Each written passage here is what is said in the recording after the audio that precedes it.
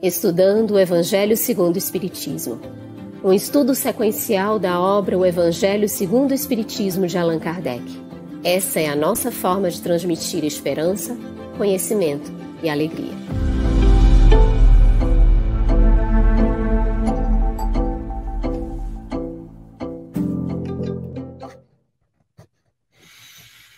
Olá, boa noite a todos. Nossa saudação fraterna a você que nos acompanha de casa no Estudando o Evangelho segundo o Espiritismo.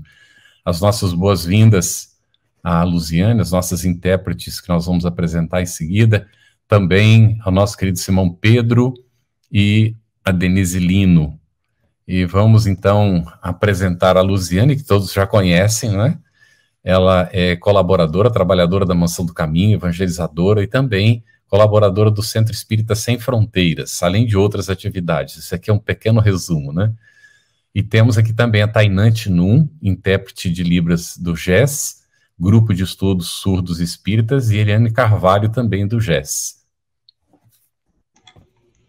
Boa noite a todos, sejam todos muito bem-vindos a esse nosso espaço de estudo e de muita comunhão em torno da fraternidade, que o Evangelho nos traz a oportunidade do estudo. Cumprimentamos o Carlos e aproveitamos para apresentá-lo, todos vocês conhecem. Ele é diretor da FEB, coordenador nacional da área de estudo do Espiritismo. Cumprimentamos as nossas queridas intérpretes para Libras, os nossos convidados e apresentamos o Simão. Simão é membro da Sociedade Espírita Casa do Caminho, da cidade de Patrocínio, Minas Gerais, onde colabora nas atividades administrativas e doutrinárias. Boa noite, Simão. Boa noite, Luziane. Boa noite, Carlos. Boa noite, Denise. Boa noite a nossas queridas intérpretes. Mais uma vez, né, aqui no programa, e agradecido pela oportunidade, pelo convite e pela forma atenciosa com a qual vocês me recebem. Muito bem. Como a gente disse, é um resumo, né, Simão? Ainda mais com a pandemia, né? Tem muito trabalho que está acontecendo no movimento espírita. Nós temos também hoje conosco a Denise Lino, que já esteve conosco, é palestrante e escritora espírita, idealizadora e apresentadora do programa Literatura Espírita, Prazer em Conhecer, realizado a cada primeiro domingo do mês pela Mansão do Caminho e TV 7. Muito bem-vinda, Denise. Oi, Carlos, boa noite a todos, Luziane, Pedro, nossas intérpretes, e os internautas que nos acompanham, que a gente já está vendo ali pelos comentários, né, Carlos? Tem muita gente online conosco, cumprimentando, já deixando perguntas. E já são nomes que a gente já vai identificando ao longo dos programas. Estão aqui com a gente, formando essa parceria. Nossos agradecimentos ao GES, que é o Grupo de Estudos de Sinais, né, das Libras, pela parceria na interpretação do nosso estudo para Libras, e aos parceiros que fazem a transmissão simultânea, a Federação Espírita do Distrito Federal, a Web Rádio Fraternidade, a Casa Espírita Seara de Luz, TV Ediluz, TV CECAL, Espiritismo.net, IDEAC, GECAL e Sistema Deus Conosco de Comunicação. Muito bem, hoje nós vamos dar seguimento ao estudo do Evangelho segundo o Espiritismo, abordando o capítulo 1, Não Vim Destruir a Lei. Vamos aqui conversar um pouquinho sobre Moisés, o Cristo, o Espiritismo. E a nossa primeira pergunta é para Simão Pedro. Na lei mosaica há duas partes distintas, diz Kardec, não é? Que partes são essas e quais as suas características? Carlos, Kardec, como sempre, ele gosta de ser didático e preciso. Então, ele abre esse capítulo, né, da Não Vim Destruir a Lei, chamando atenção para o elemento que, de certa forma, nos chama a atenção no mundo ocidental, que é a estrutura mosaica, já que nós temos um pensamento cristão, por assim dizer, calçado no aspecto do judaísmo. Então, Kardec propõe justamente um estudo do Evangelho aplicado à cultura do Ocidente. E a cultura do Ocidente ela é greco-judaico-cristã.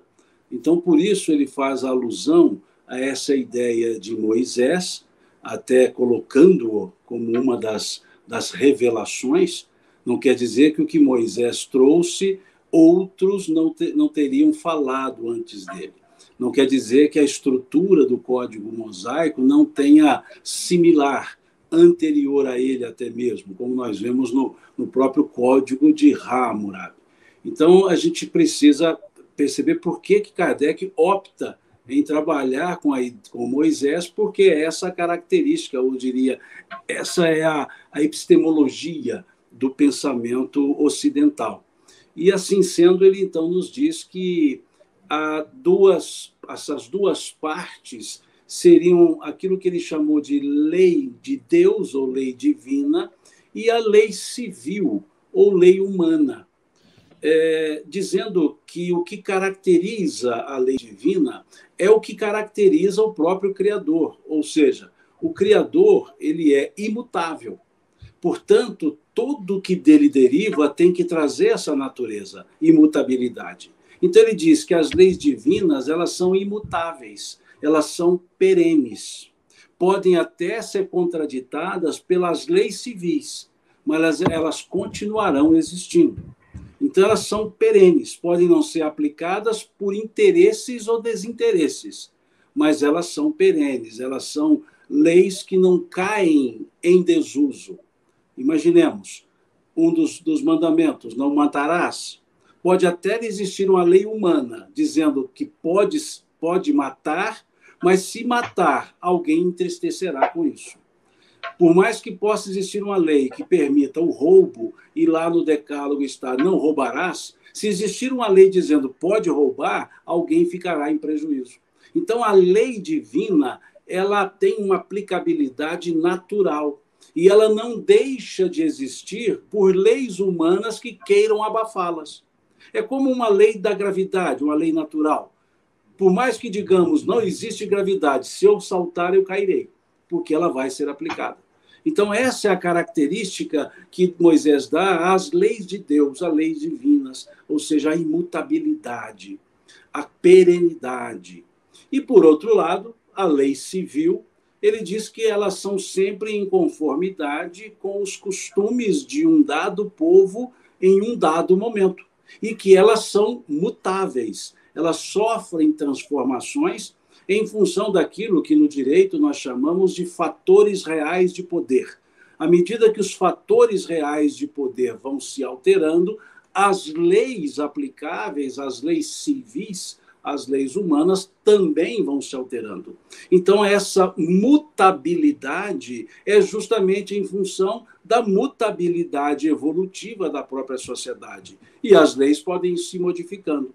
Então, ele diz que as leis de Deus e as leis mosaicas constituem, ou leis civis, constituem esses dois elementos. E que a lei de Deus tem por característica a imutabilidade e a perenidade, e a lei civil justamente a mutabilidade e a aplicabilidade circunstancial, em dado momento, numa dada civilização, numa dada circunstância. Excelente, Simão. Nós aproveitamos para convidar a todos os nossos queridos irmãos que estão nos acompanhando, para que coloquem os seus comentários, as suas perguntas. A gente abriu aqui, já tinha perguntas aqui no chat, isso é muito bom. E tem uma destas perguntas, que é da Márcia Jânias, 21 e 35, e ela se refere ao trechinho que Kardec traz um pouco antes de adentrar o tema Moisés. Kardec destaca um trecho de Mateus: não penseis que eu tenha vindo destruir a lei ou os profetas, não os vim destruir, mas cumpri-los, porquanto em verdade vos digo que o céu e a terra não passarão, sem que tudo que se acha na lei esteja perfeitamente cumprido, enquanto reste um único iota e um único ponto.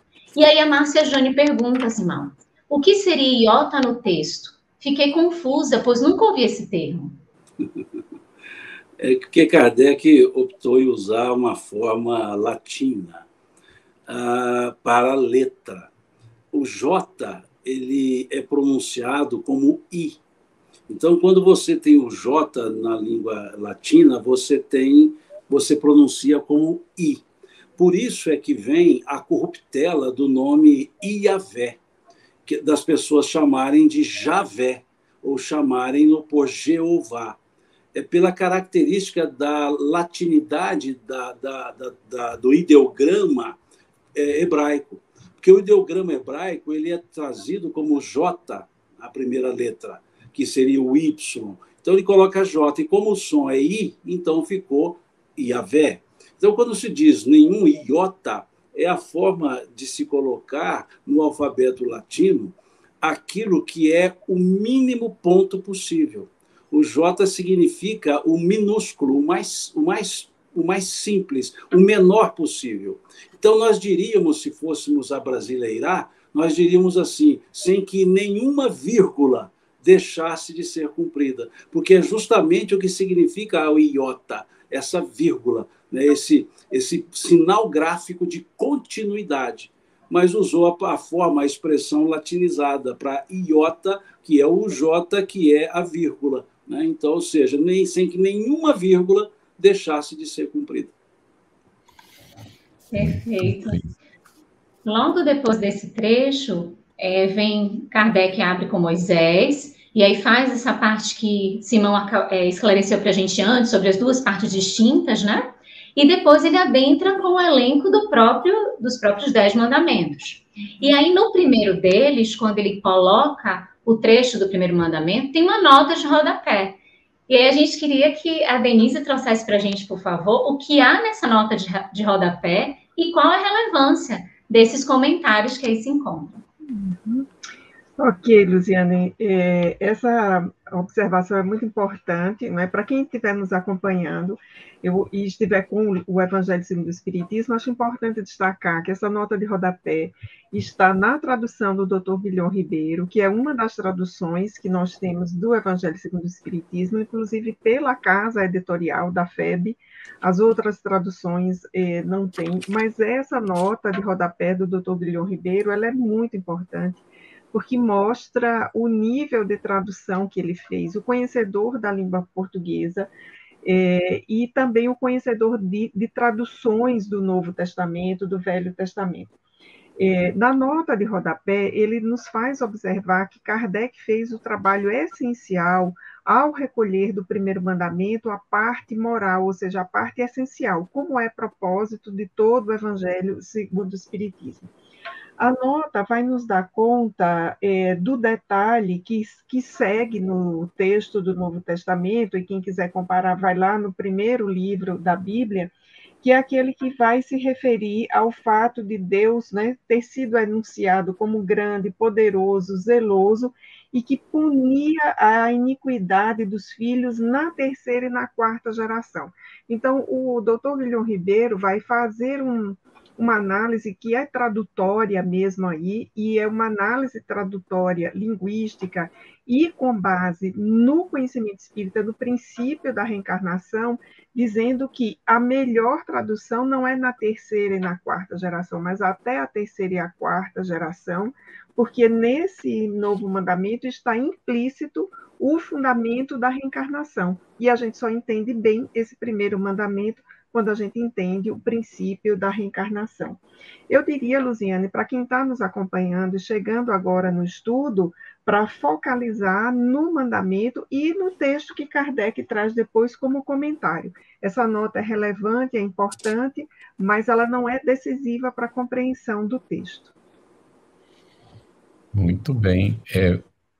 Simão, a Cris Mascarenhas, às 21h35, perguntou: amigos, por que Kardec iniciou o Evangelho com o espírito israelita? Eu não ouvi, cara. E por que o Kardec inicia o Evangelho colocando uma mensagem de um espírito israelita? Veja, dizer por que Kardec fez seria uma questão assim de muita ilação de nossa parte. Porque esse tipo de pergunta, por que ele fez, não deixa de ser conjectura da nossa parte. Não dá para afirmar peremptoriamente por que ele fez. Podemos dizer que presume-se que é justamente pela característica que ele vai apresentar no desenvolvimento do próprio conteúdo do capítulo, que são as revelações. Porque se ele trabalha de Moisés, ele tem que trabalhar com o pensamento justamente de base judaico, e depois vem com Cristo de base assim chamada cristã. E toda a estrutura do Cristo está numa relação direta com aquilo que era para ser cumprido da lei de Israel, com aquilo que também não era para ser feito segundo a lei de Israel. Então, por isso, o capítulo todo ele é um capítulo israelita, no sentido antigo para a palavra, né? É próprio do pensamento de Israel, da figura do povo de Israel. E se nós depois usarmos um subsídio da obra emanuelina, o livro A Caminho da Luz, nós veremos que quando Emmanuel trata dos espíritos que ele chamou didaticamente de israelitas, ele dá a esses espíritos uma característica de conhecedores das coisas de Deus, conhecedores das leis de Deus, conhecedores do sagrado, e que fecharam esses conhecimentos para si mesmos. Motivo pelo qual vieram para cá, em termos de espíritos. Não são israelenses, são os espíritos israelitas. É uma forma que Kardec usou para caracterizá-los. Se assim o é, e é óbvio, então vejamos que toda a estrutura moral foi trazida com esse grupo de espíritos. Essa estrutura moral que nós vamos desvelando gradativamente. Então, é natural que se use a base do pensamento, do arquétipo israelita para esse capítulo como um todo, porque ele faz um fio condutor de Moisés. Obviamente, quando diz Moisés, é porque Kardec optou por esse marco. Por que ele não optou por Abraão? Porque Abraão foi o marco inicial do povo de Israel, foi o marco inicial do povo hebreu. Mas ele busca Moisés porque, embora Abraão já trabalhasse com o Deus único, Moisés acrescenta o legislador, o Deus que legisla. E esse legislador é o legislador da base israelita. Então, é um pensamento eminentemente do povo hebreu, que podemos chamar israelita como forma de referência, mas, em termos de estrutura, o povo hebreu. Então, é por isso que os textos vêm caminhando para esse fim. Por isso, não. Entende-se que pode ser por isso que os textos caminham sobre o pensamento, sobre a forma israelita.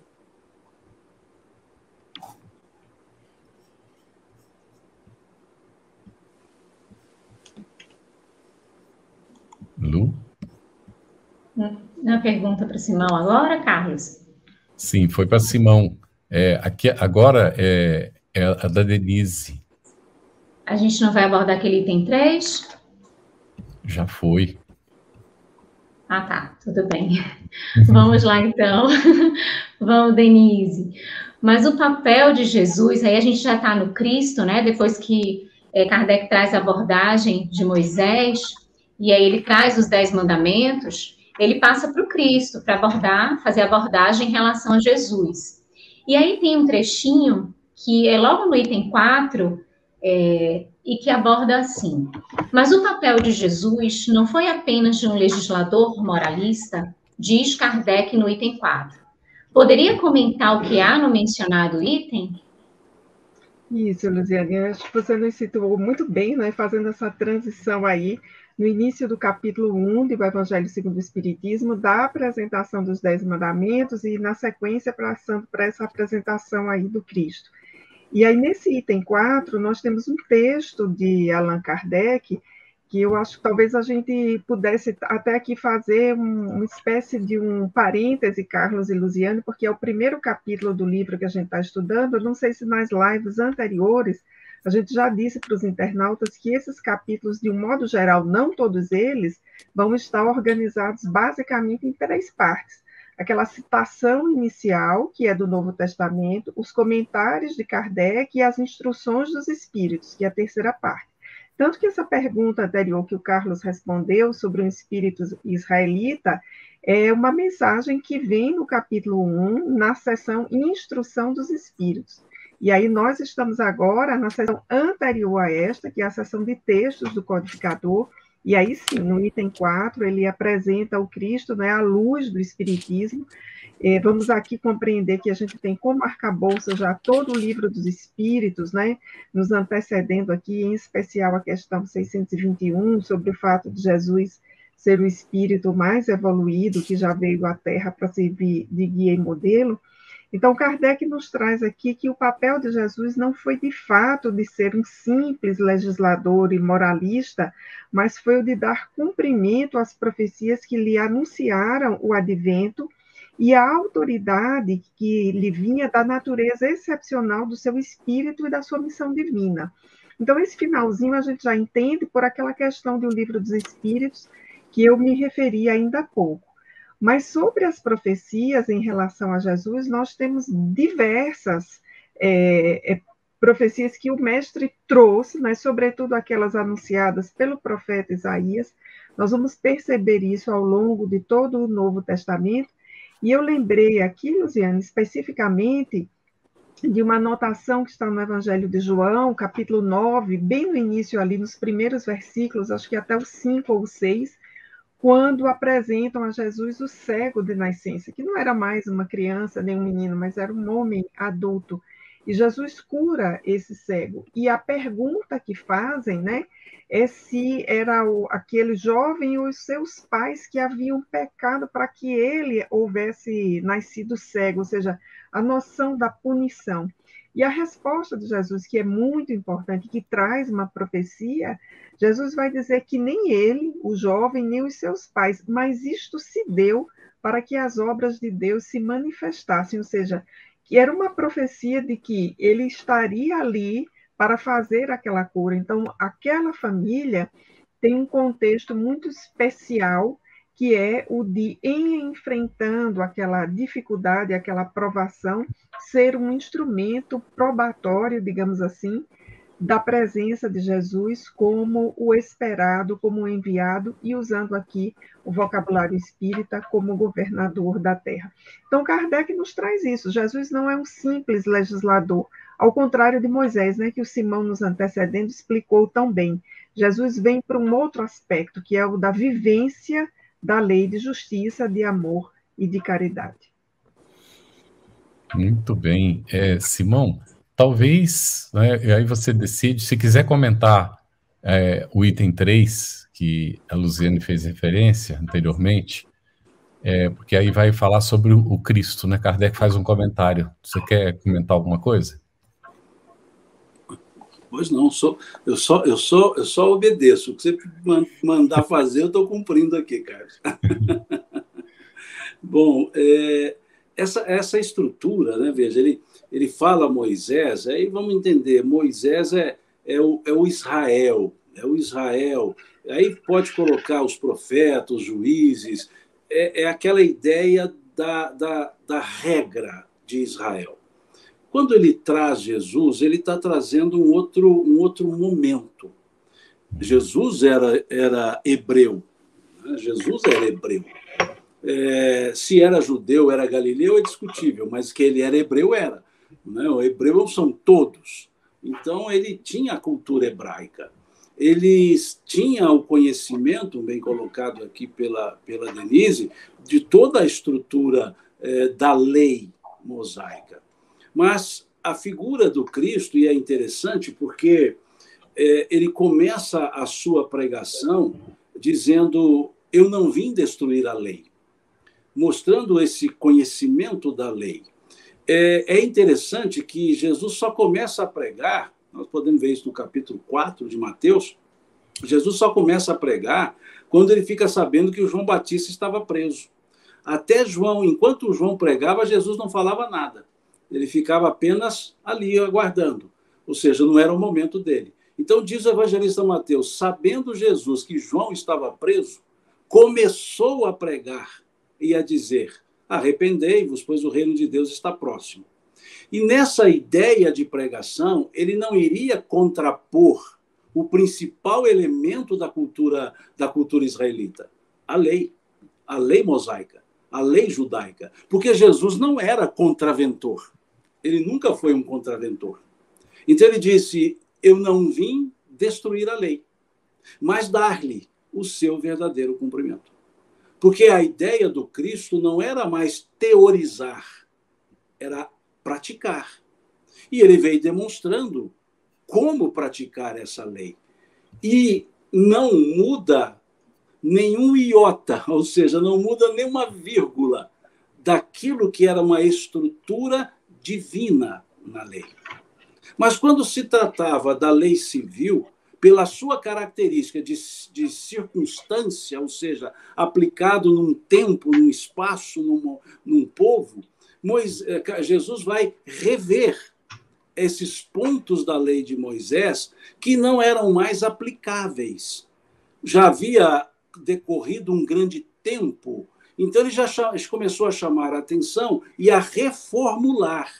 Jesus não se rebelou contra a lei. Jesus não era um rebelde sem causa. Todas as vezes que ele reformulava uma lei de Moisés, lembremos, Moisés, ou seja, não o código divino, ele a reformulava apresentando outra ideia. Ele não dizia assim, essa lei está errada, ele mostrava qual era o fiel cumprimento. Por exemplo, quando acusaram os seus discípulos de comer sem lavar as mãos, Jesus foi dizer, o mal que faz ao homem não é o que lhe entra pela boca, mas o que dela sai, pois a boca fala daquilo que o coração está repleto. Porque havia proibição no Código Mosaico de comer sem lavar as mãos. Quando os seus discípulos colheram espigas no sábado e repreenderam Jesus, ele disse, o sábado foi feito por causa do homem, não o homem por causa do sábado. Então ele ia mudando a lei. Por exemplo, ouviste o que foi dito, lá, capítulo 5 do Evangelho de Mateus ainda, o Sermão do Monte. Ouviste o que foi dito, amarás o teu próximo, aborrecerás o teu inimigo. Eu, porém, vos digo, amai os vossos inimigos. O que ele muda nesse mandamento? Amarás o teu próximo e aborrecerás o teu inimigo. Eu, porém, vos digo, amai os vossos inimigos. Ele manteve o amarás o teu próximo. Ele só mudou o aborrecerás o teu inimigo, colocando amai os vossos inimigos. Bendizei os que vos maldizem, fazei o bem os que vos odeiam, orai pelos que vos perseguem e vos caluniam. E ele mostrava os motivos pelos quais ele mudava, para que sejais chamados filhos do vosso Pai que está nos céus. Então, essa era a forma de Jesus alterar aquilo que era circunstancial na lei mosaica. Então, por isso ele vem como uma ideia reveladora, uma revelação, porque ele vai mostrar que essas leis de Deus, elas não são punitivas, não são coercitivas, elas são educativas, preventivas. E aquela estrutura do versículo 5, do capítulo 20 lá do Êxodo, pois eu sou um Deus que, na verdade, no texto, é ciumento, não é nem zeloso. Zeloso são as traduções mais atuais, pois o texto que nós encontramos na Septuaginta é sou um Deus ciumento, que puno a iniquidade dos pais nos filhos, nas terceira e quarta gerações. Não é Deus zeloso. Zeloso é um eufemismo para as traduções feitas no século XX. Então, Jesus veio demover essa ideia no próprio Decálogo. Não o amar a Deus, mas essa expressão.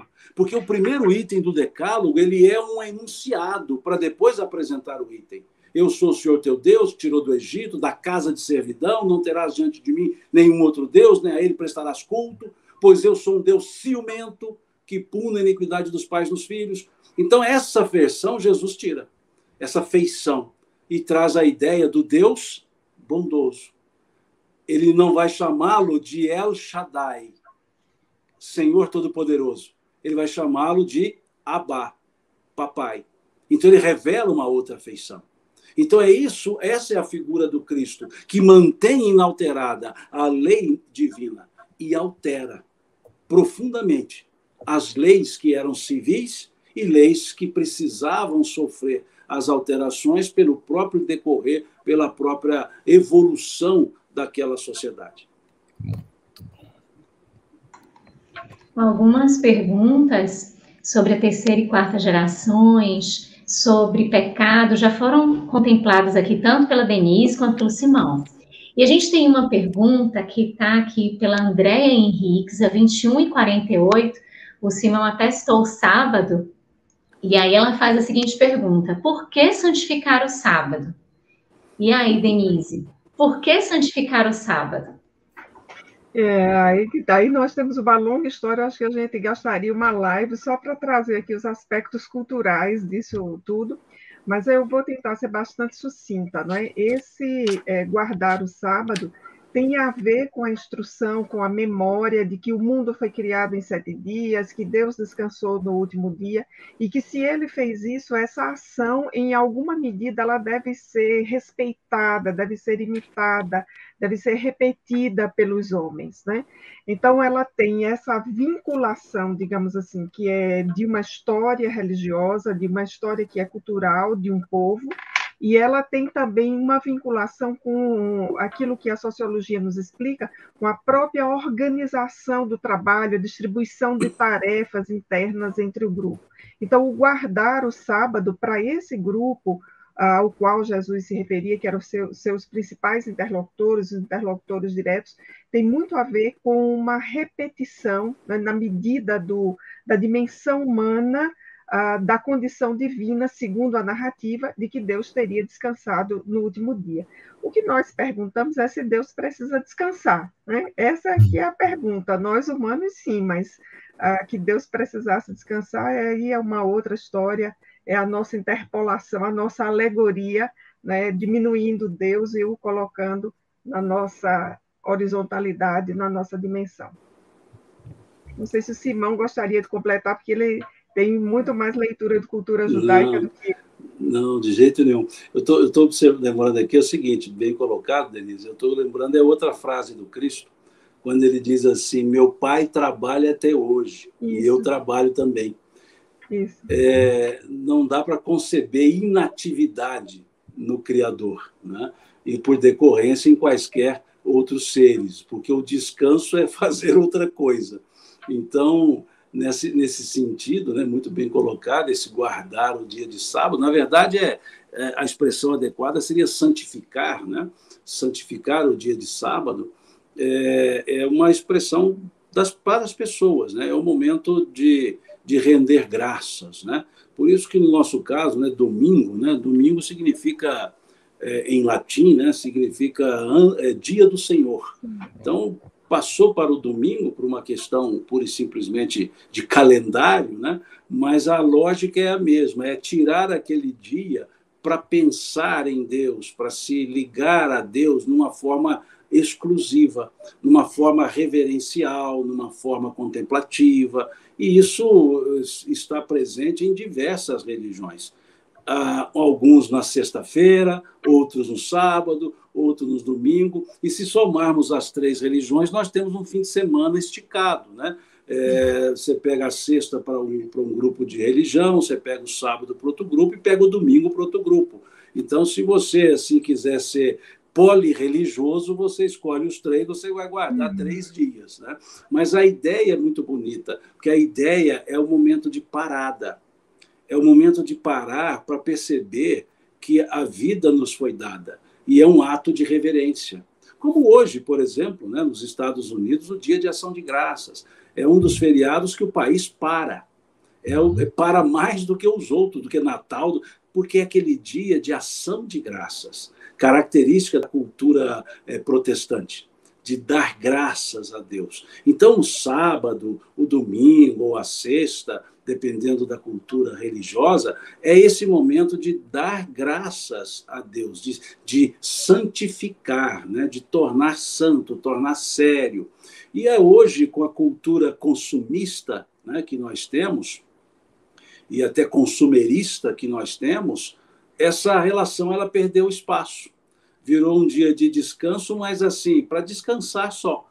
E esquece-se dessa ideia do dar graças. E já dá ao dia, no nosso caso aqui no Brasil, ao domingo, quase que um caráter de dia comercial, pois funciona-se tudo normalmente. Então, essa cultura da santificação, ela desaparece. Não é porque para Deus, é pelas pessoas. Era uma forma de dizer, olha, para, e olha que tem mais coisas do que só isso, só guerrear. Né? Vamos para a época deles, que só guerrear, que só tomar espaços.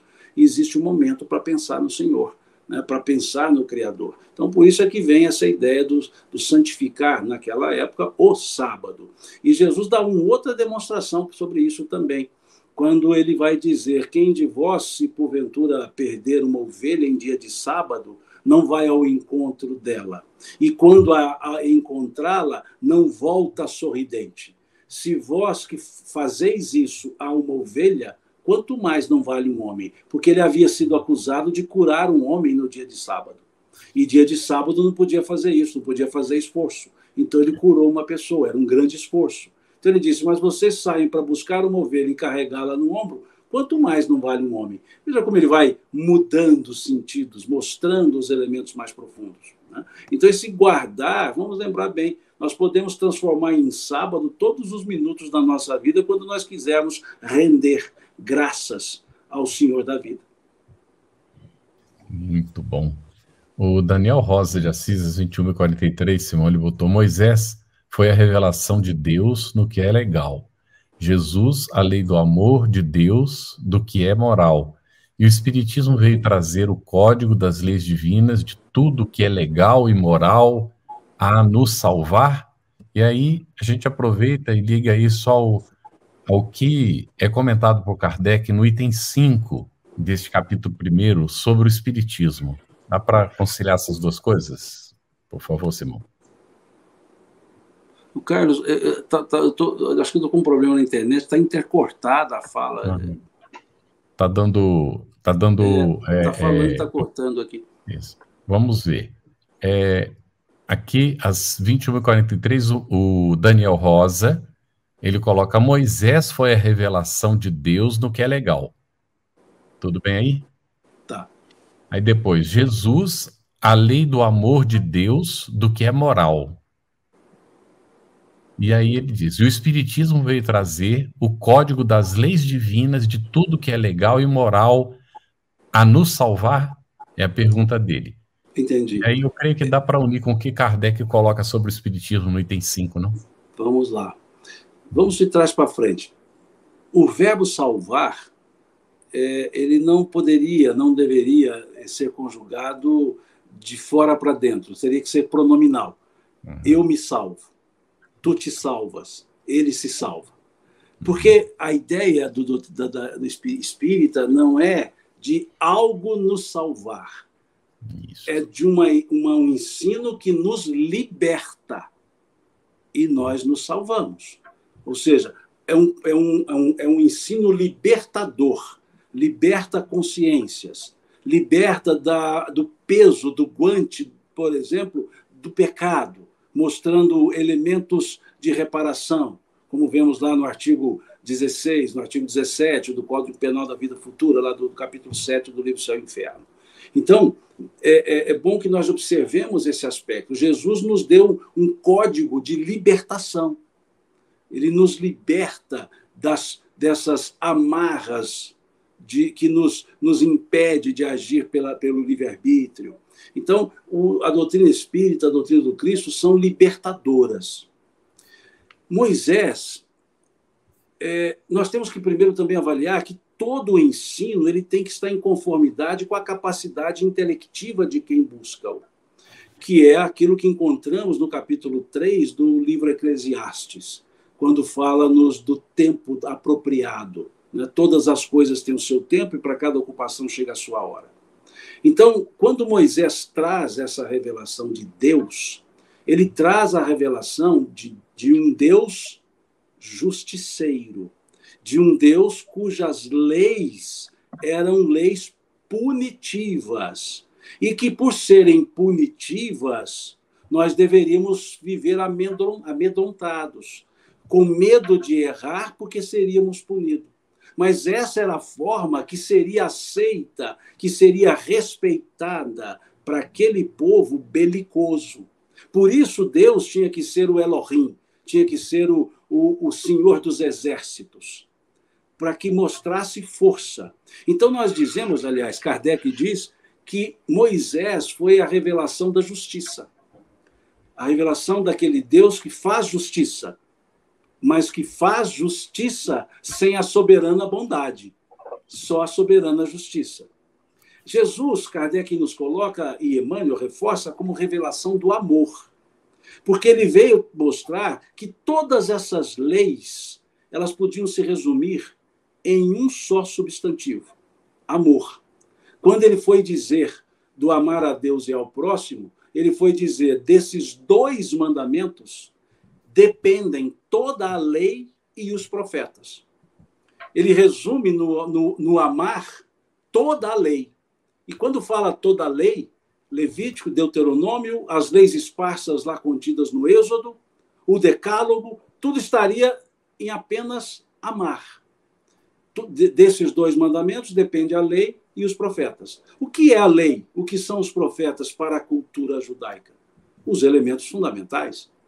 E é tão interessante isso, que aí, no capítulo 17 de Mateus, nós temos o fenômeno da transfiguração. E o que é a transfiguração? Quem aparece conversando com Jesus? Quem aparece? Moisés e Elias. O que simboliza Moisés? A lei. E o que simboliza Elias? Os profetas. Porque Elias era o maior dos profetas. Assim ele era chamado. O maior dos profetas.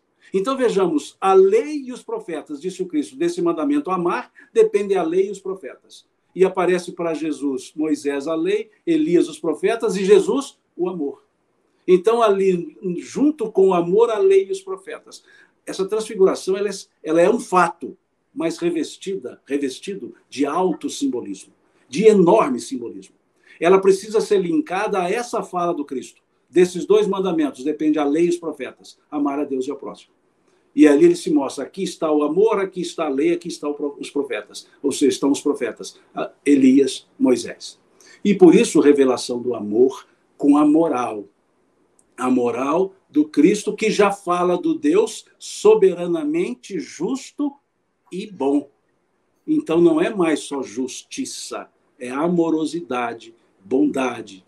E o Espiritismo, fala-nos Emmanuel, é a revelação da verdade. Por que verdade? No sentido estrito, não no sentido filosófico. Porque não há o rebuscamento dos véus. Por isso, Kardec utiliza o termo revelar. Revelar significa tirar os véus. Então, aquilo que é ensinado pelos espíritos é de maneira direta, clara e cristalina.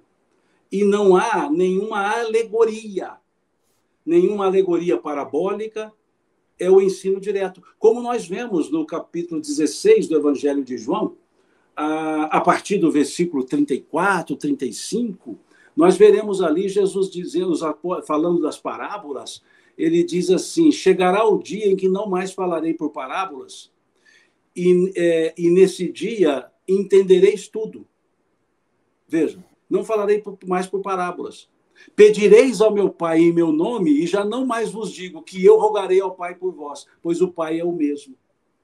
Veja que antes ele diz, tudo que pedis em meu nome, eu rogarei ao Pai e ele vos concederá. Depois ele diz, chegará o dia em que pedireis ao meu Pai em meu nome, e eu já não mais vos digo que rogarei ao Pai por vós, pois o Pai é o mesmo. Ou seja, aquele momento em que a relação com Deus ela é clara. Não há mais essa necessidade. E aí que vem Jesus, no mesmo capítulo 16 de João, dizendo, muitas coisas eu vos tenho que dizer, mas vós não podeis suportá-las agora. Mostrando a necessidade de uma temporalidade. Por isso é que vem revelação da verdade. E aí sim, ele vem sintetizando. Por isso Kardec começa aqui com as leis mosaicas, com a lei do Decálogo, vai falar de Jesus e vem sintetizando todo esse ensinamento. Colocando na fala de Estevão, né? Moisés a porta, Jesus a chave, colocar pela fala de Emmanuel, Jesus a porta, Kardec a chave. Porque são as chaves interpretativas que nós temos. Kardec aí é uma metonímia, né? O autor pela obra apresentada, nessa forma metonímica, Kardec simboliza o Espiritismo é a chave. É a chave sem a qual não se consegue entender os ensinos, em grande maioria, do Cristo, porque ele ainda os deu de forma velada. Ele ainda teve que trazer alegorias. E a doutrina espírita é uma chave que permite retirar essas alegorias e entender o ensino na sua real apresentação. Por isso, então, a revelação da verdade. A clareza nos comentários do Simão e nos comentários da Denise vão nos envolvendo, fazendo com que a gente vá sentindo cada vez mais esse evangelho que a gente está estudando.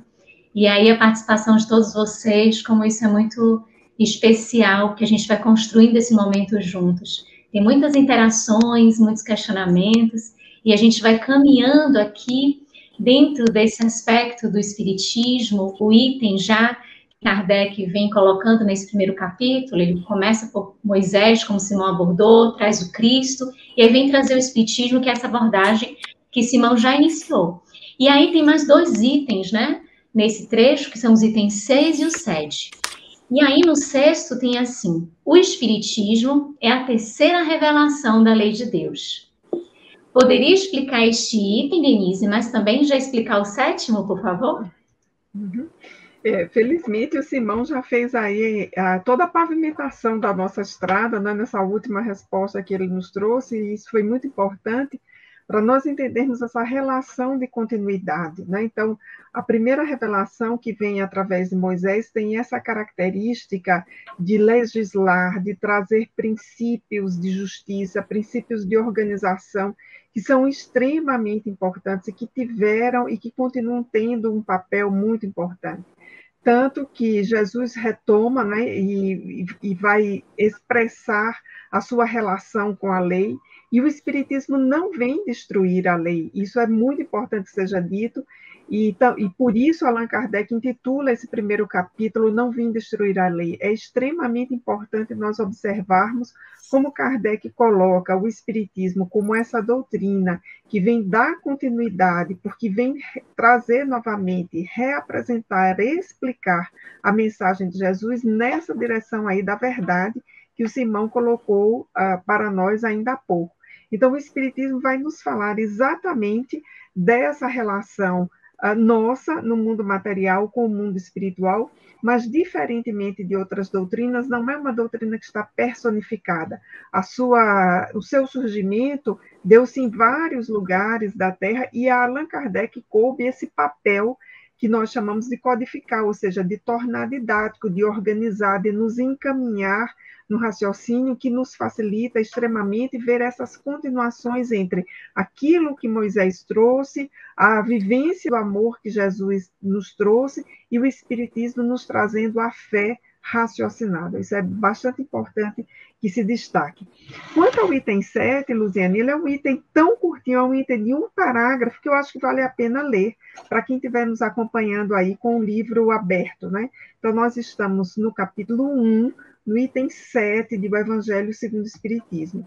O capítulo 1, intitulado Não Vim Destruir a Lei. Então, o item 7, ele faz parte desse conjunto temático aí sobre o Espiritismo que Kardec desenvolve. E diz assim: assim como Cristo disse, não vim destruir a lei, porém cumpri-la, também o Espiritismo diz, não venho destruir a lei cristã, mas dar-lhe execução. Nada ensina em contrário ao que ensinou Cristo, mas desenvolve, completa e explica em termos claros e para toda a gente o que foi dito apenas sob forma alegórica. Vem cumprir nos tempos preditos o que o Cristo anunciou e preparar a realização de coisas futuras. Ele é, pois, obra do Cristo, que preside, conforme igualmente o anunciou, a regeneração que se opera e se prepara o reino de Deus na Terra. Então, esse trecho aí de Kardec, de um único parágrafo, vai se ligar com várias falas de Jesus, aquelas em que ele disse, especialmente está lá no Evangelho de João, que precisava ir, mas que mandaria o Consolador prometido, que essas verdades seriam restauradas. Então, Kardec aqui diz com muita clareza, o Espiritismo não vem destruir a lei cristã, mas dar-lhe cumprimento. E qual é a principal lei cristã? O Simão já nos enfatizou isso, é a lei de amor. Então, para nós, os espíritas, isso é o que interessa, é o nosso foco. E depois, Kardec diz algo aqui que, para mim, é muito importante. Quando diz que o Espiritismo desenvolve, completa e explica em termos claros e para toda a gente o que foi dito apenas sobre forma alegórica. Então, se nós retomarmos aqui, por exemplo, a transfiguração que o Simão citou antes, nós temos ali um fato, temos muito simbolismo, e o Espiritismo consegue descrever, demonstrar e analisar esse simbolismo. Então, esse item 7 aqui do capítulo 1, ele é muito importante para todos nós. Muito bom, está excelente. Agora, nós temos várias perguntas dos internautas que estão acompanhando, inclusive uma pergunta antes de iniciar, às 21h01, a Regina já registrava aí uma pergunta que não está diretamente relacionada com o assunto, mas que a gente pode aqui agregar. Ela diz, será que mesmo com o Espiritismo ainda tem coisas que não temos condições de entender? Está dentro, né, do assunto que a Denise acabou de colocar agora, não é? Se o Simão quiser começar a comentar, ela diz assim, será que mesmo com o Espiritismo ainda tem coisas que não temos condições de entender? Sim, sem dúvida nenhuma. Kardec disse isso. O Espiritismo não veio dar a última palavra. Não é isso. E basta observar que uma forma que Kardec utilizou no primeiro capítulo do livro A Gênese, quando ele vai falar da revelação também, do caráter da revelação espírita, ele vai dizer, o Espiritismo anda lado a lado com o progresso. E andando lado a lado com o progresso, ele jamais será ultrapassado. Pois se ele estiver errado em um ponto, ele se modifica nesse ponto. Se uma verdade maior surgir, ele a acatará. É a não cristalização, porque cristalizar ideias é negar a evolução. Então, o próprio processo evolutivo permite o aclarar das ideias. E então, sim, há muitas coisas que ainda não conhecemos. Há muitas coisas que sequer temos linguagem para elas, como disseram os espíritos, porque não tendes vós uma palavra para cada coisa. Sempre, no bom sentido da palavra, reclamando, sempre chamando a atenção para esse sentido, mostrando-nos que ainda não temos todo esse arcabouço de conhecimento. Não que o Espiritismo não possa apresentar, a questão é entender ou não. E vou me valer até de uma ideia relativa ao próprio Criador, a ideia sobre Deus, no estudo teodiceico, né, que é feito por Kardec, da questão 1 à questão 13, Kardec faz um estudo da teodiceia, ele não faz estudo teológico, ele faz estudo teodiceico, e nesse estudo da teodiceia, ele vai trabalhar dos atributos da divindade. E vai fazer de uma forma, aí sim, alegórica, para que facilitasse o entendimento. Porque quando se perguntou aos espíritos, salvo engano, a questão 9, salvo engano, ou 10, pode o homem sondar a natureza íntima de Deus? Eles disseram não, é um sentido que lhes falta. Se ainda nós não temos um sentido para aprofundar nesse conhecimento, quaisquer coisas que tentarmos dizer, nós estaremos fazendo ilações. Da mesma forma, nós vemos na questão 607A do Livro dos Espíritos, quando os Espíritos vão falar do princípio inteligente. E vão dizer assim, nesses reinos que estáis longe de conhecer, veja, o reino vegetal, o reino animal, ele diz, nesses reinos que estáis longe de conhecer, que o princípio inteligente se elabora e sofre uma transformação e se transforma em espírito. Veja, estáis longe de conhecer. Então, vai mostrando que há muitas coisas que ainda não conhecemos. Não foram nos apresentadas ainda várias coisas, para que não houvesse o jogar de pérolas aos porcos, ou seja, trazer ensino que ultrapassaria a nossa capacidade de entendimento. Então, sim, muitas coisas ainda estão por ser apresentadas. O que nós precisamos é ter o cuidado e o discernimento para não misturar o joio com o trigo, para não misturar modismos com modernidade.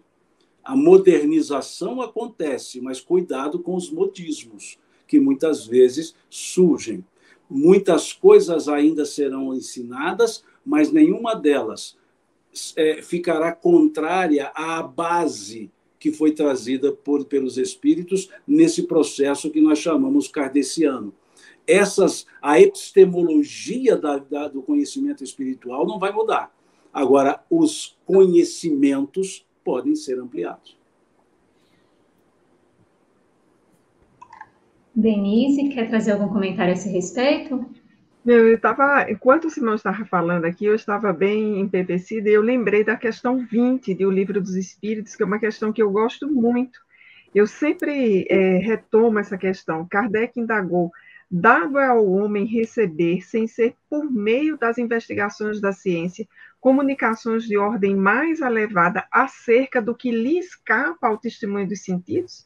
Então, vejamos bem que questão Kardec coloca, né? Dado ao homem receber, sem ser por meio das investigações da ciência, comunicações de ordem mais elevada acerca do que lhe escapa aos sentidos? E a resposta é sim, se o julgar conveniente, Deus pode revelar o que a ciência não é dado a aprender. Então, vejamos que diálogo interessante nós temos aí na pergunta e na resposta, porque Kardec percebe muito claramente, né, esses limites de conhecimento que nós temos, que a ciência tem, e por onde um conhecimento além sobre o que nós vivemos poderia vir. Então, está em jogo aí também a mediunidade, né? Desde que Deus, assim, possa prover, possa aprovar, para que nós desfrutemos de um conhecimento além do que nós temos hoje. Então, tem muita coisa que a gente não sabe, né? A nossa visão, os nossos modelos interpretativos, eles são muito limitados ainda. Eu acho interessante, Denise, você colocando dessa questão 20, a gente acha que as coisas reveladas, elas vêm assim, envolta numa fumaça que se dissipa, vem uma música bonita e de repente se revelou. Tem coisa que nós chamamos de acaso, que nós chamamos de sorte na ciência, que são divinas. Por exemplo, você estava dizendo aqui, eu me lembrando de Alexander Fleming. Quando Alexander Fleming vai desenvolver a penicilina, o que ele percebeu foi fruto do, aspas, acaso. Ele deixou de lado o experimento, porque não deu certo. E depois percebe que algo aconteceu. Veja, ele desenvolve o elemento científico a partir de um acaso. Que acaso é esse, senão a própria natureza agindo? E o que é a natureza, senão a aplicação das leis de Deus? Então, ali naquele mofo que se desenvolve, sem a intenção de fazer desenvolver, simplesmente desenvolveu-se o mofo, saiu a penicilina, saiu o combate às bactérias. Então, veja, Alexander Fleming, um cientista que desenvolveu todos os métodos científicos e viu que não dava certo. Quando ele abandonou ali do tipo, deixa por aí, e no outro dia percebe essa estrutura de mofo, percebe a forma de lidar com as bactérias. Veja, isso é ciência, mas uma ciência que veio da questão número 20. Deus resolveu dar um empurrãozinho, resolveu dar uma ajudazinha. Então, quantas vezes nós temos insights e dizemos assim, nossa, eu não sei como eu pensei por isso, eu não sei como eu interpretei isso. E nós temos diversos insights nas descobertas científicas. Muitos são insights. O fato foi visto e resolveu, peraí por minha conta, né? O mineiro, peraí. E aí percebe-se algo. Me veio aqui Fleming, mas nós temos vários casos. Temos vários casos de um fato puro e simples natural que leva a um pensamento. Kepler, quando desenvolve o estudo do movimento dos astros, Falópio, quando desenvolveu o estudo do modo das trompas. Então, são vários acontecimentos da ciência, mas que têm toques metafísicos, para não falarmos divinos, para não agredir aqueles cientificistas. Então, nós podemos chamá-los de metafísicos, aqueles elementos metafísicos, ou se quisermos chamar de paranaturais, o que quisermos chamar, né? Como tentou-se a ideia da parapsicologia para não entrar no campo do místico religioso. Então, aqueles cientificistas que querem reduzir tudo à ciência material, de volume, a extensão, altura e profundidade, a gente usa esses termos metafísica e etc. Mas tem essa mãozinha essa ajudazinha, né, essa inspiraçãozinha que vem do campo. Isso é que chama conhecimento revelado. Não é no sentido mítico, é no sentido pura e simplesmente metafísico dessa existência. Então, eu vejo muito no meio espírita essas discussõezinhas, né? Essas questúnclas de religião para cá, ciência para lá, filosofia para outro lado, né? E não percebendo que Kardec nunca fez isso, ele nunca separou isso. Ele sempre trabalhou os três elementos comuns. E ele dizia que não há como dissociá-los, porque tudo é ciência, tudo é moral, tudo é filosofia. Então, é um elemento pura e simplesmente triádico. Aí a gente fica vendo isso. Então, quando a gente vai estudar esse primeiro capítulo, pode parecer que é uma leitura superficial, que Kardec fez ali uns ligeiros ensaios. Não. Se nós aprofundarmos isso aqui, nós veremos o tratado científico que ele coloca em cada revelação. A própria ideia. Vejam que para escrever o livro moral, o livro da moral, ele vai falar sobre o método científico. No livro dos Espíritos, que ele podia ter explicado o método que ele utilizou, ele não falou nada do controle universal da comunicação dos Espíritos. Ele foi falar isso no livro de moral, para mostrar que a moral se estuda também por métodos científicos, sem problema nenhum. Que a religião, no sentido estrito que ele coloca, estuda-se também por elementos metodologicamente controlados. E eu fico vendo quando as pessoas falam, esse lado religioso, como se o lado religioso não fosse científico, não tivesse elementos científicos. E Kardec vai trabalhar isso mais à frente, não é o nosso conversa de hoje, a aliança da ciência e da religião. Aliança. Veja, não é antagonismos. Então, me desculpem quando alguns colocam a refutação do aspecto religioso e esquecem que ciência e religião são as duas asas que dão o equilíbrio para um voo sereno, que Kardec nos chama atenção para isso. E ainda, para encerrar, no aspecto da revelação, se pegarmos o fio condutor, Moisés revela sobre Deus, mas não fala do mundo extracorpóreo. Moisés nunca falou de nada que não fosse a lei da matéria. Basta olhar o mandamento honrarás teu pai e tua mãe, que o objetivo é viver demais. Honrarás teu pai e tua mãe para que tenhas longos dias na terra que o Senhor teu Deus te dará. As recompensas mosaicas eram terrenas, porque ele não falava de outro mundo. Jesus veio e acrescenta, mantém a ideia de Deus e diz assim, meu reino não é deste mundo. Ele fala que existe um mundo além desse. E vem o Espiritismo e diz como é esse outro mundo. Porque Jesus não explicou como é esse outro mundo.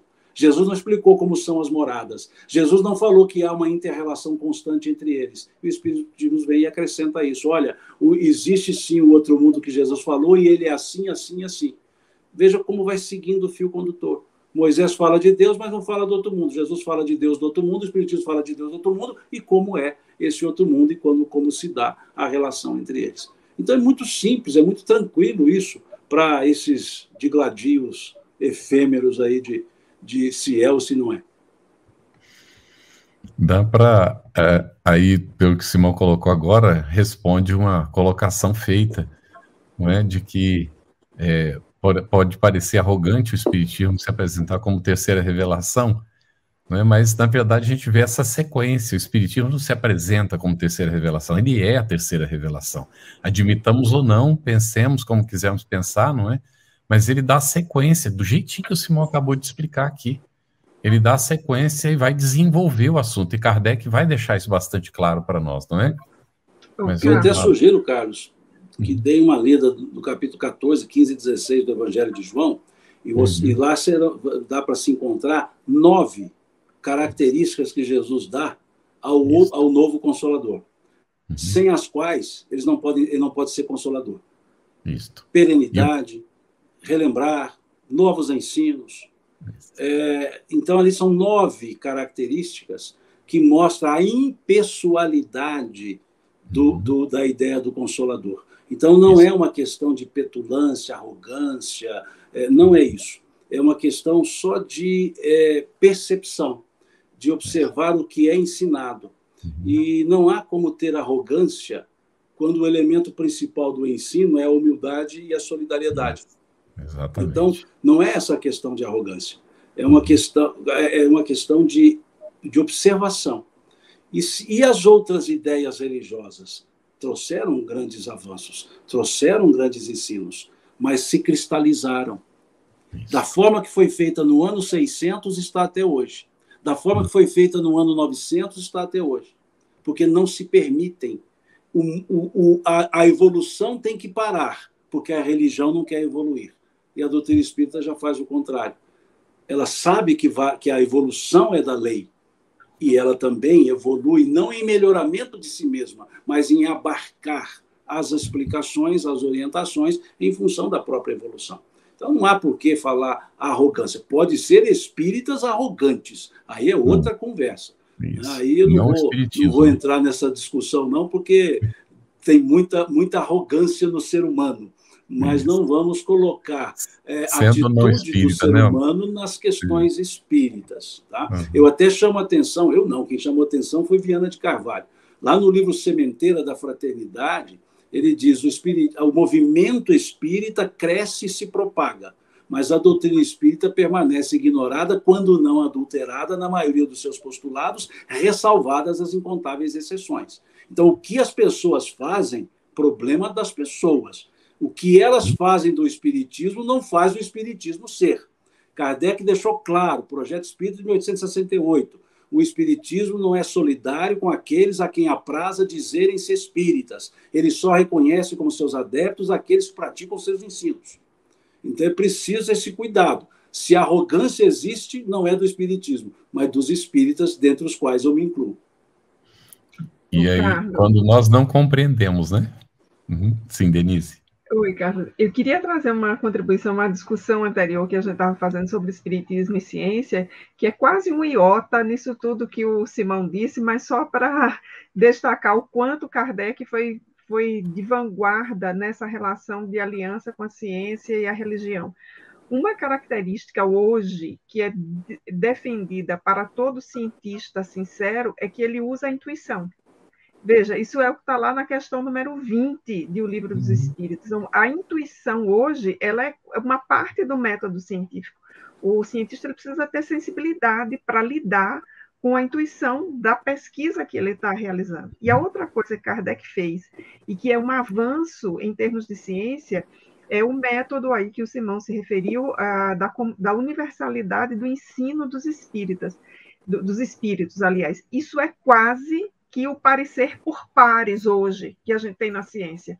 Um artigo sério não se publica sem a chamada avaliação por pares, ou seja, um cientista não diz o que ele quer se aquilo que ele está descrevendo como resultado de ciência não tenha sido avaliado por pelo menos 2 colegas numa revista gabaritada. Então, eu lido com essas questões e quando eu vejo isso, eu digo, olha, Kardec já tinha proposto universalidade do ensino dos espíritas. Então, a gente não tem a descrição do coronavírus porque um cientista disse, mas porque um cientista, pelo menos um, descreveu e outros confirmaram. Então, vejamos que aspecto interessante da metodologia da doutrina dos espíritos, que hoje está de uma outra, digamos assim, parafraseado, em uma outra esfera, que é a da ciência. Nós gostaríamos de agradecer toda essa sensibilidade, esse conteúdo, muito amor nessas explanações dos nossos convidados, conteúdo, sensibilidade e amor, que também nós tivemos demais no chat, uma alegria ver toda essa participação, toda essa família do estudo aqui do Evangelho segundo o Espiritismo, se formando, se estruturando e tendo muita fraternidade no compartilhar um com o outro. Esse estudo está disponível também em podcast no canal FEB TV, no Spotify e nas demais plataformas de áudio streaming. Os nossos encontros semanais, eles ficam gravados e disponíveis gratuitamente. Divulgue, compartilhe para aqueles que não puderam assistir aqui com a gente ao vivo.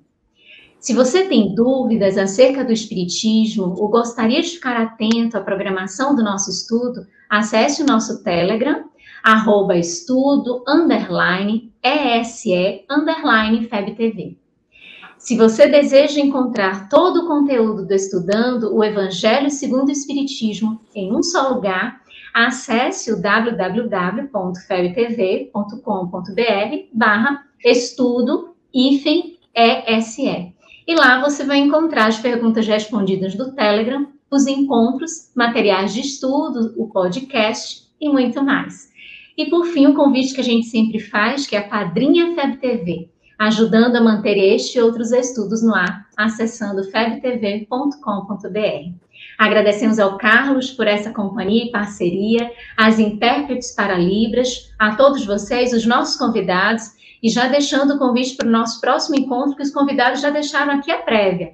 Vamos estudar a aliança da ciência e da religião. Um grande abraço a todos e até lá. Estudando o Evangelho segundo o Espiritismo. Um estudo sequencial da obra O Evangelho segundo o Espiritismo de Allan Kardec. Essa é a nossa forma de transmitir esperança, conhecimento e alegria.